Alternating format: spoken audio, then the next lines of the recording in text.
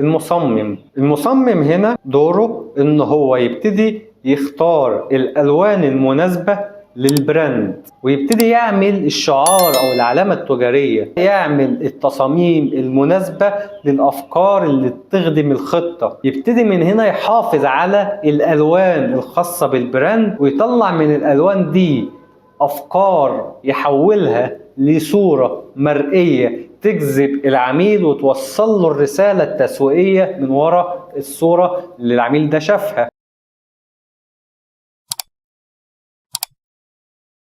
فإذا من هنا يبقى المصمم دوره إن هو يحافظ على الهوية التجارية للبراند، من الألوان، من شكل الفونت، الشعار بتاعه، يحول الأفكار والخطة لصورة مرئية يشوفها العميل، ينجذب ليها العميل ويتفاعل مع الإعلان ويبتدي يطلب المنتج أو الخدمة. فيبتدي من هنا يعمل تصاميم سواء للسوشيال ميديا، تصاميم البوسترات الإعلانية، المطبوعات. يبقى أي حاجة عايزة تتحول من كتابة أو من فكرة لصورة هي مهمة المصمم، ولازم يكون عنده مهارات إبداعية في الفكر وفي التخيل عشان يقدر يطلع أفكار تصميمية جذابة توصل الرسالة التسويقية للعملاء وتحافظ على شكل البراند. بلس ان هو لازم يكون عارف الذكاء الاصطناعي، لازم يكون بيعرف يستخدم ذكاء اصطناعي، لازم يكون عارف كل المواقع الخاصة بعملية التصميم، برنامج فوتوشوب. لكن في برامج ومواقع كتير بنستخدمها